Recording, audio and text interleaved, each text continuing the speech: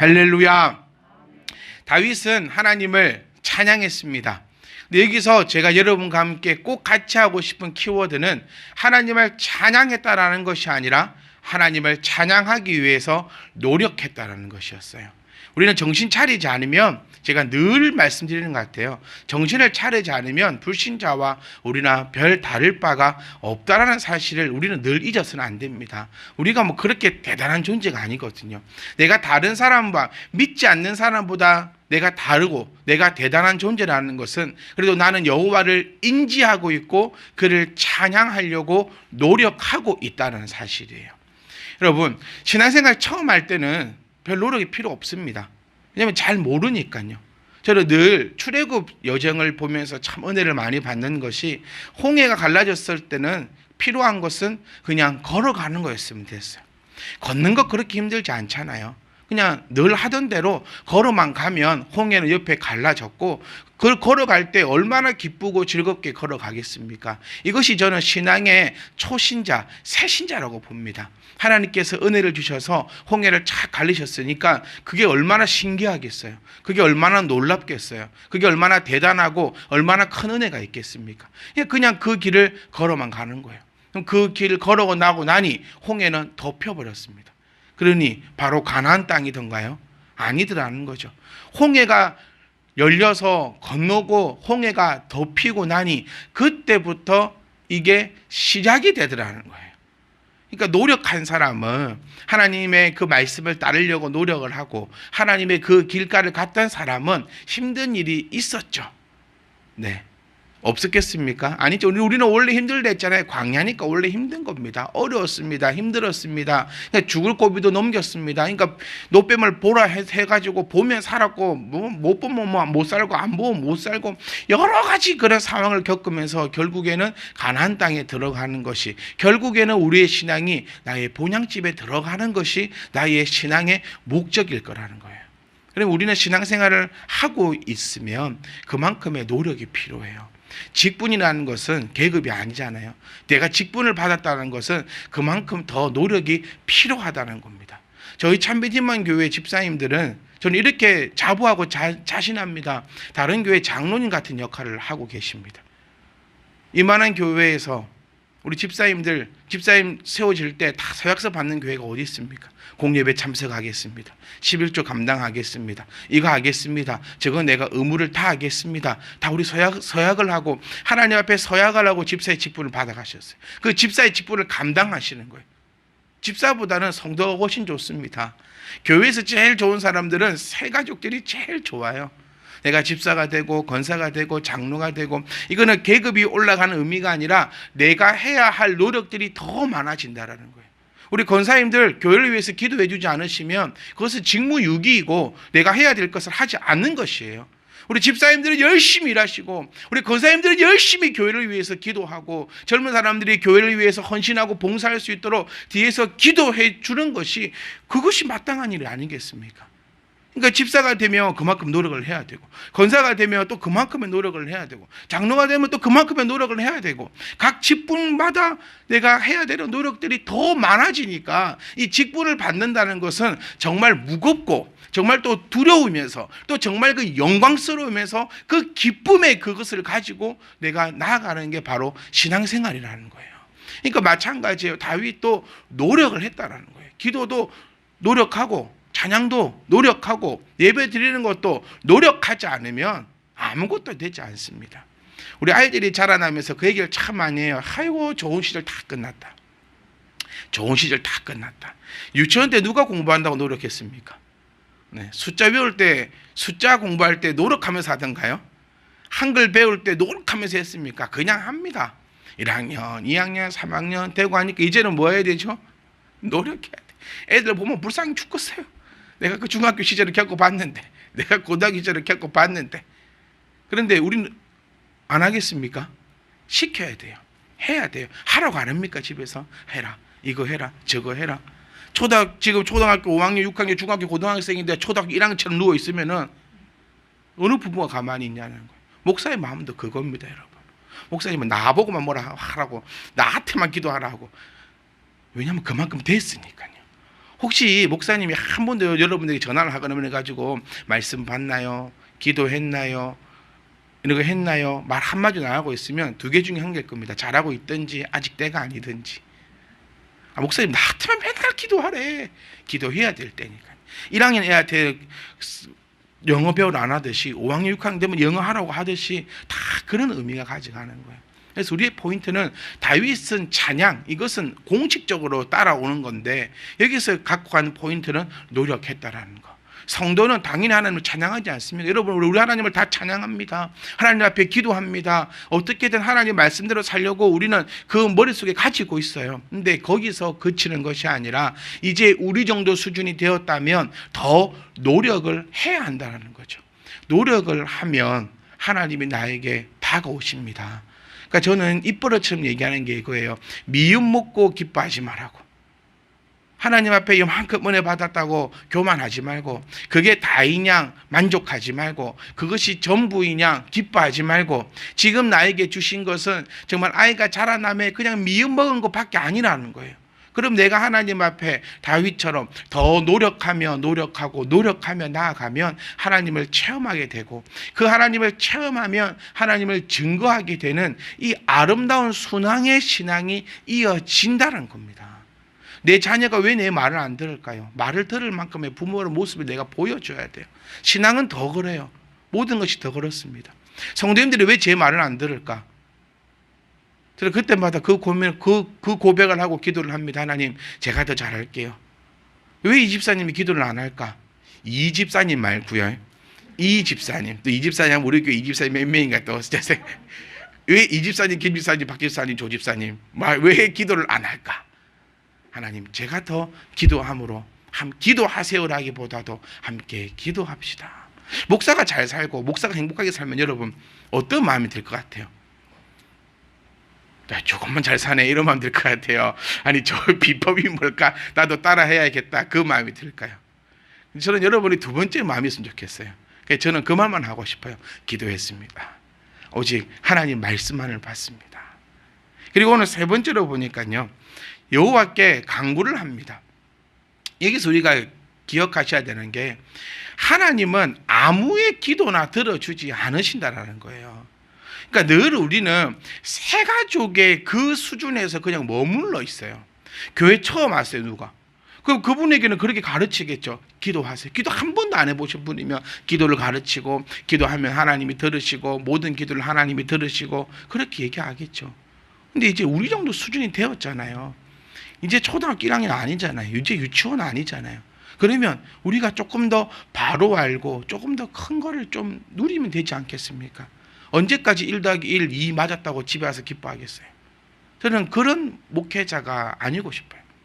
어릴 때는 1 더하기 1, 2 하면 아유 잘했다 하는데, 이제 다 어른 돼가지고도 2 더하기 2는 뭐더라 이러고 있으면 니 키가 날아가겠어요?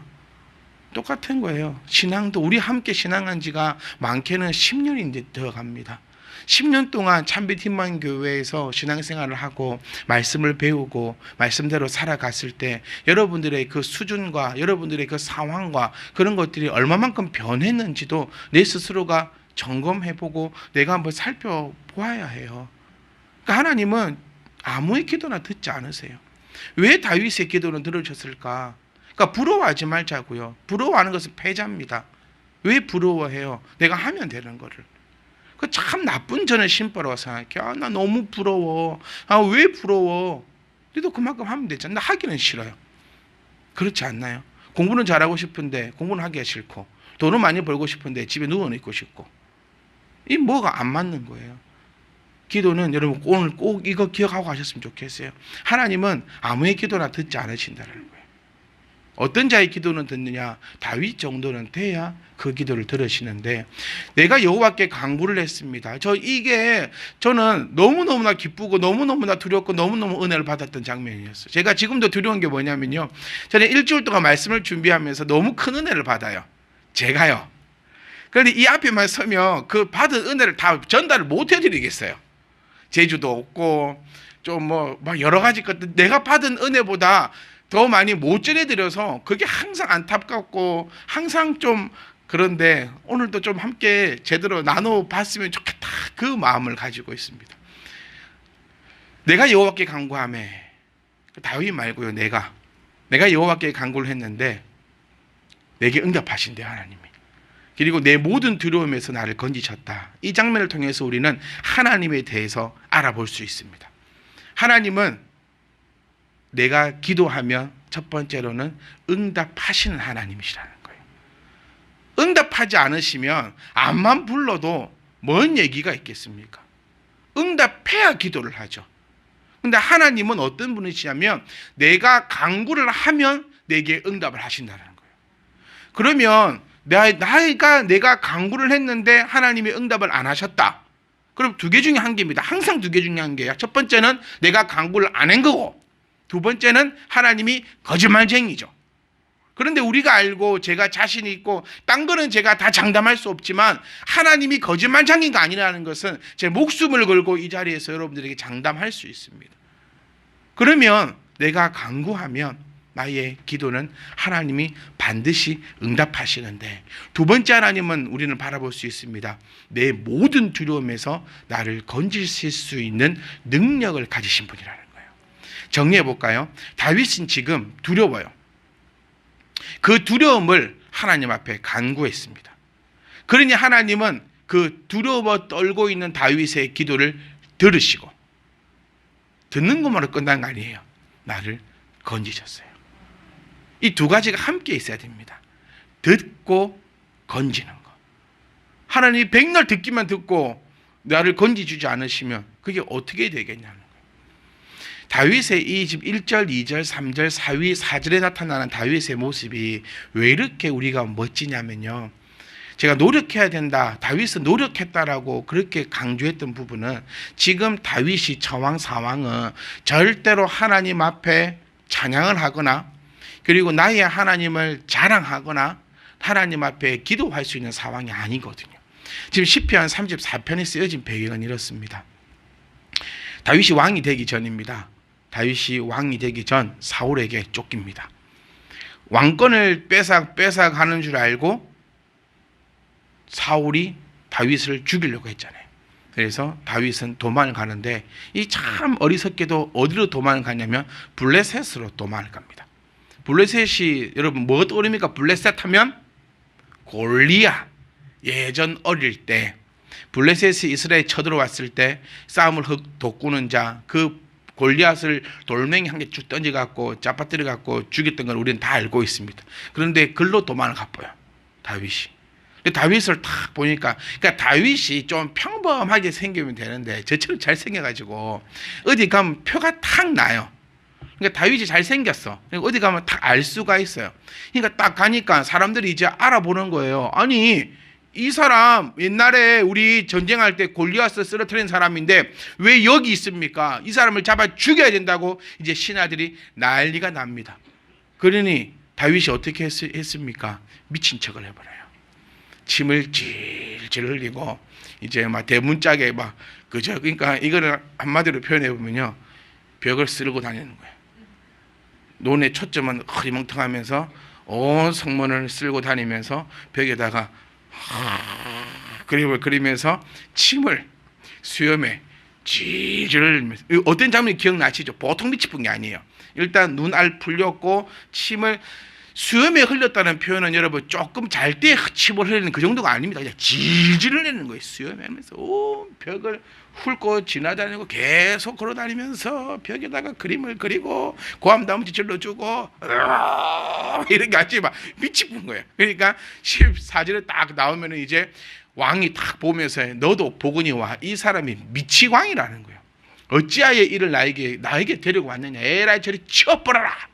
이 정도로 다윗은 완전히 미쳐버려요. 내가 우리 마을에 우리나라에 미친놈이 부족해가지고 얘를 나한테 데리고 와가지고 나를 이렇게 힘들게 하느냐, 어찌 이 자가 골리앗을 무너뜨렸겠느냐, 또 설사 골리앗을 무너뜨렸다 할지라도 지금 애가 일이 미쳤는데 연기를 엄청 잘하는 것 같아요. 다윗은 이 미친 연기 보통 어려운 게 아니잖아요, 여러분. 그리고 이 왕은 우리가 이 왕도 무시해서는 안 됩니다. 어느 나라든지 작든 크든 왕은 참 많은 것을 겸비한 사람이에요. 뭐 폭군이든 누구든 하여튼간 왕은 우리보다 훨씬 더 뛰어난 사람입니다. 그런데 그 사람들 모든 신하들까지 그곳에 많은 그 사람들도 있고 장교관들도 있고 그런 사람이 있는데 모든 사람들을 속일 만큼 다윗은 완전히 미친 척을 하는 거예요. 그리고 쫓겨납니다. 그리고 도망을 갑니다. 그리고 다윗이 그것을 떠나가지고 이제 굴에 도망갔는데 그의 형제와 아버지의 온 집이 듣고 거리로 내려가서 그에게 이르렀고 그에게는 한 400명 정도 되는 사람이 그 옆에 있는 상황에서 시편 34편을 노래한 것입니다. 그러니 더 다윗이 대단하지 않습니까? 다윗은 이런 상황이에요. 지금 저는 이 장면을 보면서 지금 4절의 기도가 잘 매치가 안 됐어요. 4절에 뭐라 기도했냐면 내가 여호와께 간구하매 내가 내게 응답하시고 내 모든 두려움에서 나를 건져내셨다. 제가 생각하는 영웅물하고는 너무 달랐어요. 우리가 생각하는 성경의 영웅물 정도 되면 다윗이 하나님께 간구했고 하나님이 그에게 응답했고 그를 두려움에서 건져내었다라고 하면 하나님이 좀 어떤 그런 특별한 그런 거 있잖아요. 그런 거 있잖아요. 그런 거 군대를 최소한 군대를 보내가 그를 건져오든지 아니면 하늘에서 옛날처럼 불이라도 떨어뜨려 가지고 싹 다 갈아 엎어보든지 아니 다윗의 갑자기 삼손과 같은 힘을 팍 줘가지고 모든 것을 다 쳐 무찔러 가지고 영웅이 돼가서 멋지게 탁 나오든지 그 정도 생각하는데 아니 미친 척을 해가지고 자존심도 없나? 이 부분에서 너무 마음이 아팠고 너무 혼란스럽고 너무 저는 괴로웠어요. 아니 어떻게 보면 우리가 그냥 하나님 빼고 보면 다윗이 그 상황에서 기지를 발휘해가지고 미친 척해서 그 지금 위험하고 어려운 순간에서 나온 거 아닙니까? 아마 저라면 그렇게 생각하면서 저는 이렇게 기도했을 것 같아요. 하나님, 왜 저를 버리셨나이까? 왜 저를 위하여 하늘의 천군 천사를 동행하여 전부 다 불로 찢어 죽이지 않으시고 왜 저를 그 적군 앞에서 비참하게 이렇게 미친 척 해가지고 그렇게 나오게 하셨나이까? 하나님, 좀 더 심하게 나가면 하나님 있기는 있습니까? 도대체 뭡니까? 이렇게 기도했을 것 같아요. 제가 이런 생각을 하고 머리를 벽에 박을 수밖에 없었던 것이 뭐냐면 그래서 나는 다윗이 못 되는구나 싶었어요. 다윗은 그러니까 우리는 보세요. 우리는 상황에 따라서 하나님이 좀 변해요. 상황에 따라서. 그러니까 잘 되면 누구 탓? 내 탓.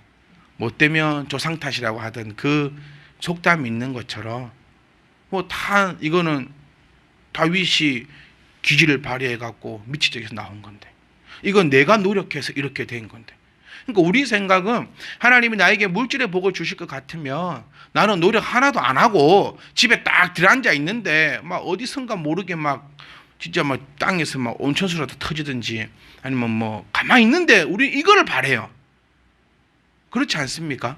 하나님이 나를 도우셨다라고 된다면 뭔가 아주 특수하고 특이하고 그런 방법으로 하나님이 나를 건지실 거다 그렇게 생각되는데 다윗은 그렇게 보지 않더라. 다윗은요, 여러분, 내가 오늘도 일할 수 있는 것은 하나님이 나와 함께 하심이라는 것을 왜 우리는 모를까? 미친 척 하게 된 것도 그 지혜를 주신 것도 하나님이시며 또한 그 완벽한 연기를 할 수 있게끔 도우셨던 것도 하나님이셨고 또한 그 많은 사람들을 한 사람도 빼놓지 않고 미친 강이다라고 생각할 수 있을 정도로 귀와 눈을 막아주신 것도 하나님이시라는 사실을 다윗은 알고 하나님을 찬양하고 오히려 나의 기도를 나의 어려운 것을 건지셨다라고 그렇게 알 수 있는데 왜 우리는 그 사실을 알지 못하는가예요. 여기서 차이가 탁 나더라고요. 보세요. 다윗은요, 그 어려움과 비참한 가운데서도 저는 그 걸어갈 때, 그 굴로 숨어 들어갈 때 그 심정이 과연 어땠을까 말로 표현하지 못할 것 같아요. 여기서 우리가 하나님을 정말 찾아볼 수 있던 것은, 하나님 앞에 우리가 떳떳하다면, 하나님 앞에 내가 바르다면 하나님은 나를 어떤 경우에라도 지키신다는 거예요. 골리앗 왜 죽였습니까? 다윗이. 우리 글로도 한번 돌아가 보자는 거예요. 골리앗이, 블레셋이 이스라엘을 공격하고 있으니까 다윗이 돌을 들었던가요? 아니에요. 다윗이 돌을 들었던 이유는 골리앗이 자신의 하나님을 모욕했기 때문입니다. 그렇기 때문에 돌을 들었고, 그렇기 때문에 골리앗을 잡았고, 그렇기 때문에 이 어려움을 당한 거예요. 지금 여러분, 우리가 지금 어려움에 있습니까? 어려움이 있다면 살펴보면 좋겠어요. 하나님의 그 영광스러운 이름 때문에 어려움을 당하고 있다면 여러분, 걱정하지 마십시오. 하나님이 나를 반드시 건지실 겁니다. 그런데 반대로 하나님의 이름과 상관없이 나의 죄악 때문에 내가 어려움을 당하고 있다면 우리는 기다리다가는 말라 죽습니다. 우리는 얼른 그 자리를 떠 하나님 앞에 회개하며 나아가야 될 줄 믿습니다. 그게 다윗이었어요. 그러니 다윗에게 아무것도 이제 없고 정말 미친 척까지 하면서 그 자리를 벗어났다는 것은, 사람으로서의 그 모든 것은 다 무너졌고 비참하고 절망감 있는 그 상황인데, 오히려 그때 그 옆에 400명이 몰렸는데, 여러분 이것도 좋지 않습니다. 이 400명은요 공고한 자들이에요. 그래서 2절 3절 말씀에 공고한 자들이여 이렇게 외치면서 그들에게 오히려 하나님을 자랑하고 있다는 거예요. 대단하지 않습니까, 여러분? 저는 다윗의 새로운 면모목을 봐버렸어요. 자, 보세요. 사람으로서 감당할 수 있는 비참함을 다 겪으며 도망을 왔습니다. 찬양을 할 수가 없어요. 오히려 욕을 하겠죠. 어찌 나에게 이럴 수 있냐고 욕을 하겠죠. 그래서 다윗은 노력했다는 거예요. 다윗이라고 욕 안 하고 싶겠습니까? 그런데 그는 하나님을 찬양하려고 노력했고, 그런데 기껏 400명이 왔는데 그 사람들은 공고한 자들이에요. 그 사람들이 다윗을 볼 때는 얼마나 웃겼을까요? 아니, 얼마나 절망적이었을까요? 그런데 그 다윗이 그들 향해서 외칩니다. 여러분, 나의 하나님을 외치고 있어요. 함께 나와 함께 기뻐하라라고 외치고 있어요. 그리고 자신의 이 어려운 상황에서도 이렇게 고백합니다. 내가 하나님 앞에 간구했더니 하나님께서 나를 응답하셨고, 나의 그 어려움에서 하나님께서 나를 건져내셨다라고 그렇게 기도하고 있는 그 모습, 이 모습을 보면서 다윗이 역시 다윗이다. 그래서 우리 또한, 저 또한 우리가 어떤 어려움과 그런 상황 속에서도 우리는 하나님을 믿을 수 있기를 원합니다. 다윗이 이럴 수 있었던 그 이유는 딱 하나였어요. 원초적인 얘기입니다. 하나님을 진짜로 믿었다라는 거예요. 그러니까 저하고 여러분들이 하나님을 진짜로 믿고 있느냐 아니면 가짜로 믿고 있느냐, 그 장면들을 우리가 한번 살펴봤으면 좋겠습니다. 그리고 나서 그 위의 말씀이 더 재밌습니다. 5절 말씀에 주님을 바라보는 자의 얼굴은 빛이 난다 라고 표현해요. 어떤 일이 있어도 부끄러움을 당하지 않을 것이다. 저는 몸에 소름이 쫙 돋아요. 주님을 바라보는 자는 얼굴에 빛이 납니다. 빛이 날 수 없는 사람, 여러분, 제가 왜 지금 34편의 배경을 말씀드렸냐면, 다윗의 지금 얼굴이 어떻겠냐는 거예요. 침 질질 흘렸죠. 눈 풀었죠. 벽을 만지고 땡기면서 그림을 그리쌌고 미친강이 노릇을 했는데 그의 얼굴은 빛이 나는 거예요. 주의 얼굴은 빛이 나고, 또한 어떤 일이 있어도 부끄러움을 당하지 않는데, 지금 부끄러움 당한 건 뭔데요? 그게 뭔데요, 여러분? 다윗의 관점은 철저하게 하나님의 관점에 맞춰져 있더라는 거예요. 다윗은요, 하나님 이름 때문에 겪는 일은 하나도 부끄럽게 여기지 않는 모습을 바라볼 수 있습니다. 다윗이 자존심이 없는 사람이 아니에요. 다윗은 자기에게 조금만 해가 되고 자기의 명예를 조금만 시조시켰으면 그대로 전쟁을 벌였던 자가 바로 다윗입니다. 그런데 그는 부끄럽지 않다. 무엇 때문에? 하나님의 이름을 위하여서는 내가 미친 강의 좀 하는 거, 내가 침 좀 흘리는 거, 내가 이런 일을 당하고 저런 일을 당하는 것은 아무런 부끄러움이 아님을 다시 한 번 더 나타내고, 그는 하나님을 믿어요. 그래서 이후에는 블레셋을 쓸어버리지 않습니까? 지금 내가 이렇게 어려움에 처해 있다 할지라도 이것이 의로운 것이라면 하나님께서 반드시 나를 건지실 것이며, 주를 믿는 자의 얼굴은 항상 빛이 나고 우리는 부끄러움을 당하지 않을 것이다 라고 모인 공고한 자들에게 이야기하고 있다는 겁니다. 이 불쌍한 사람이 여호와께 부르짖었더니 여호와께서 들으시고 모든 어려움에서 건져주셨다라고 6절에서 다시 한 번 더 나타내고 있어요. 다윗은 이런 여러 가지 사건들을 겪으면서 깨달은 바가 하나가 있습니다. 결코 나는 대단한 사람이 아니다라는 거죠. 늘 다윗은 자기를 표현할 때 공고한 자야라고 표현을 많이 합니다. 이 불쌍한 자야라고 표현을 많이 합니다. 하나님 앞에 범죄하여 무릎을 꿇었을 때도 다윗의 고백은 이 불쌍한 자가 하나님 앞에 범죄하였사오니 나를 불쌍히 여겨달라고 기도했던 자가 바로 이 다윗의 모습이었습니다. 지금 다윗은 자기 자신에 대해서 정확하게 안다라는 것은 하나님이 누구신가를 완벽하게 이해하고 있다라는 거죠.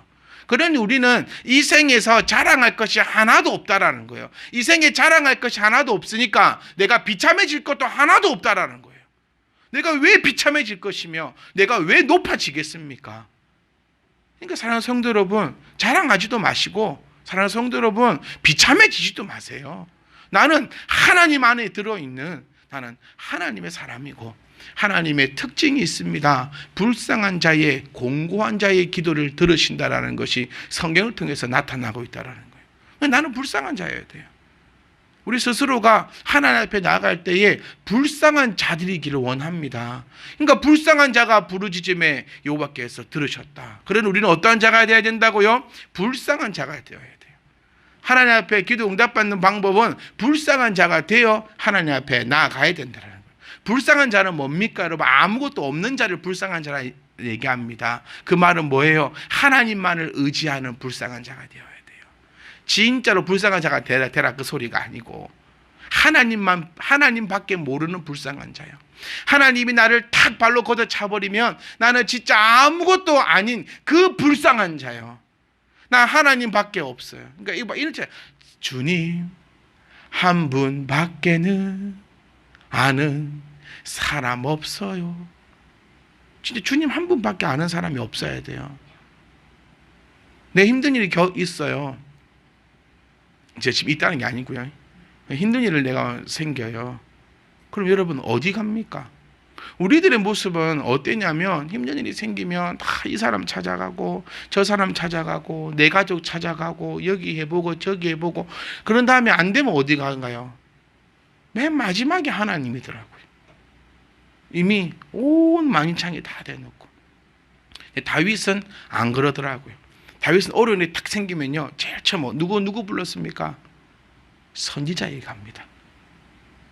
우리와는 다르잖아요. 다윗은 예수 그리스도를 통해서만 하나님 앞에 갈 수 있기 때문에 좀 예수님이 우리의 선지자가 되시니 우리는 예수 그리스도 앞에 가는 겁니다. 여러분, 꼭 기억하셔야 돼요. 나는 하나님 앞에 바로 못 갑니다. 누구를 통해서만? 선지자를 통해서만. 그래서 목사를 통해서만 갈 수 있다. 이러면 이거 또라이예요. 이거는. 네, 이런 사람 많아요, 여러분. 목사를 통해서만 하나님 앞에 갈 수 있고 목사를 만나러 올 때는 항상 두 손 두둑하게 무겁게 오셔야 제가 하나님을 연결해 드립니다. 이거를 이단이라고 부르는 거예요. 하나님 앞에 가는 것은 항상 선지자를 통해서만 하나님 앞에 갈 수 있는데 그 영원한 선지자가 누구십니까? 예수 그리스도십니다. 그래서 우리는 예수 그리스도 이름으로 항상 하나님 앞에 가는 거예요. 그러니까 다윗은 항상 선지자를 찾아갔습니다. 즉 주님 앞에 찾아가 하나님을 배웠다라는 거죠. 그게 우리와의 차이점일 것입니다. 그러니까 사랑하는 성도 여러분, 우리 모두는 곤고한 자라는 것을 기억하시길 원합니다. 다윗의 상황을 꼭 기억하셨으면 좋겠어요. 우리는 오해합니다. 내가 다윗 정도 되면 늘 찬양하겠소. 내가 다윗 정도 능력이 있으면 하나님이 있다 하겠소. 내가 다윗처럼 하나님이 나에게 복을 주시면 내가 다윗보다 하나님을 더 잘 섬기겠다라고 우리 그렇게 오해합니다.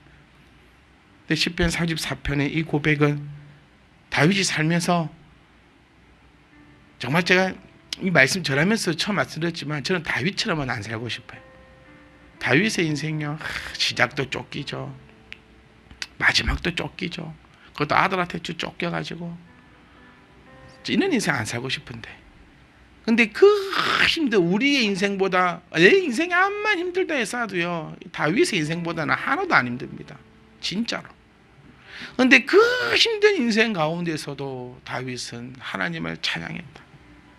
그리고 다윗은 그 어려운 순간에서도 하나님을 증거했다. 우리 언제 전도한 줄 아십니까? 기분 좋을 때 전도합니다. 진짜로. 내 아들이 서울대를 가버렸네. 엄청 전도하고 다닙니다. 내 딸이 좋은데 뭐 이렇게 취업을 했네. 여러분 엄청나게 전도하고 다닙니다.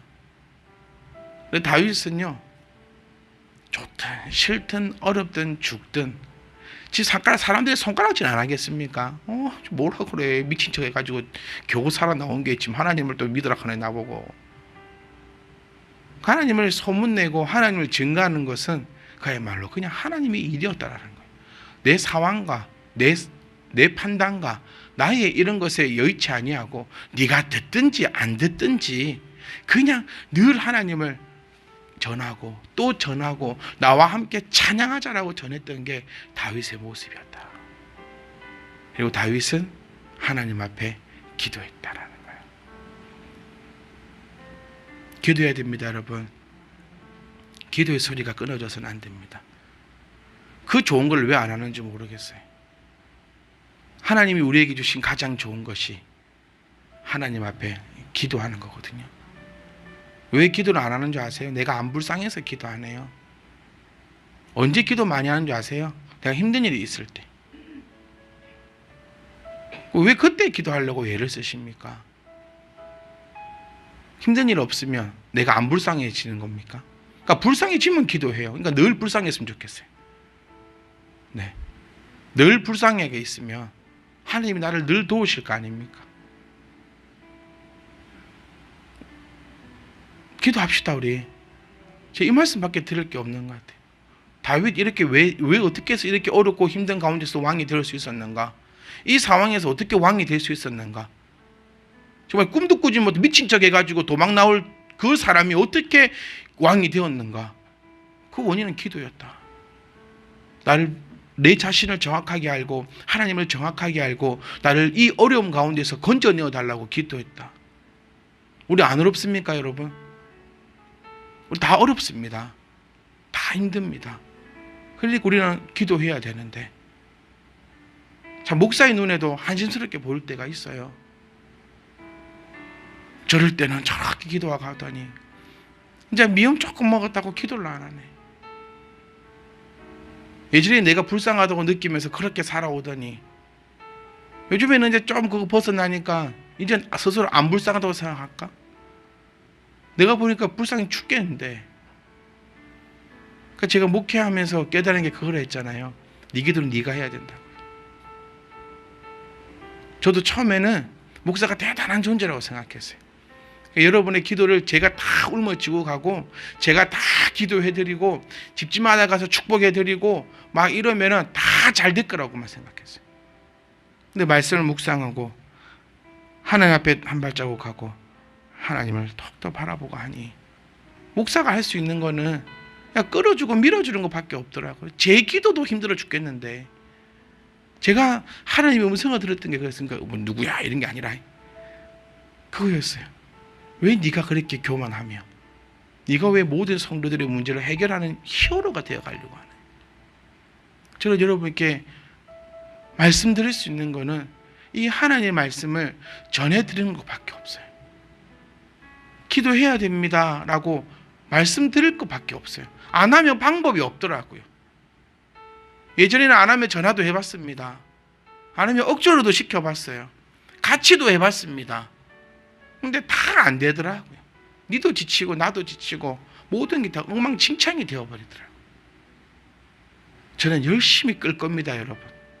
저에게 맡겨진 그 한도 내에서, 그 기간 내에서는 제가 하나님 앞에 딱 섰을 때 하나님, 저 최선을 다해서 이 집사님의 가정의 리어카를 최선을 다해서 끌었습니다. 최선을 다해서 밀었습니다. 저는 그 고백하는 목회자이고 싶어요. 여러분이 안 가겠다고 딱 브레이크를 밟아버리면 방법 없습니다. 제가 늘 원하는 거는 제가 행복하게 사는 거예요. 그리고 두 번째는 여러분이 행복하게 사시는 겁니다. 이게 희한하게 연관되어 있어요. 여러분이 행복해야 제가 행복합니다. 여러분이 불행하면 저도 엄청 불행해요. 그러기 위해서 제가 여러분께 말씀으로 호소하는 겁니다. 내 자신을 교만하면 안 돼요. 지금 조금 나아졌다고, 예전과 같은 그런 악한 상황은 아니라고, 예전과 같은 그런 최악의 상황은 아니라고, 아니요. 뭐 피하면 뭐가 온답니다.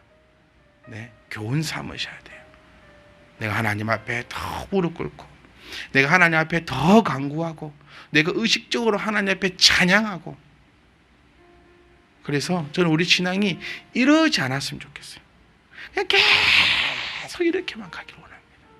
그러기 위해서 사랑하는 성도 여러분, 오늘도 저는 이곳에서 하나님의 말씀을 여러분께 말씀드립니다. 하나님을 찬양하고 하나님을 증거하며 불쌍한 마음으로 하나님의 그 도우심을 원하며 하나님 앞에 기도하며 7절입니다. 여호와의 천사들은 주님을 높이는 사람들 둘레에 진을 치고 그들을 구원한다 라고 나타나고 있어요. 지금까지 말씀드렸던 게 뭡니까? 주를 높이는 사람들이 하는 일입니다. 여러분. 기도는 누굴 위해서 하나요? 하나님 위해서 하는 겁니다. 이걸 우리가 바로 아셔야 돼요. 나를 위해서 기도하는 것이 아니라 하나님을 위해서 기도하는 겁니다. 그럼 하나님은 누굴 위해서 우리에게 은혜를 베푸십니까?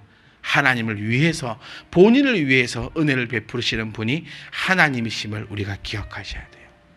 그래서 이러한 자들은 여호와의 천사가 주님을 높이는 사람들 둘레에 진을 치고 그들을 구원하는 것을 다윗의 역사를 통하여 하나님은 분명히 우리에게 나타내어 주셨고, 어제나 오늘이나 나는 영원토록 변함없다라고 우리에게 말씀해 주시면서 다윗에게 나타났던 하나님 그대로 우리에게 함께 나타난다는 사실을 우리에게 알려주시면서 오늘도 성령께서 여러분들에게 하신 이 말씀 노력하여 찬양하고 나아가 하나님을 증거하고 우리가 힘을 다해 하나님 앞에 간구하면 이것이 바로 주를 높이는 자다.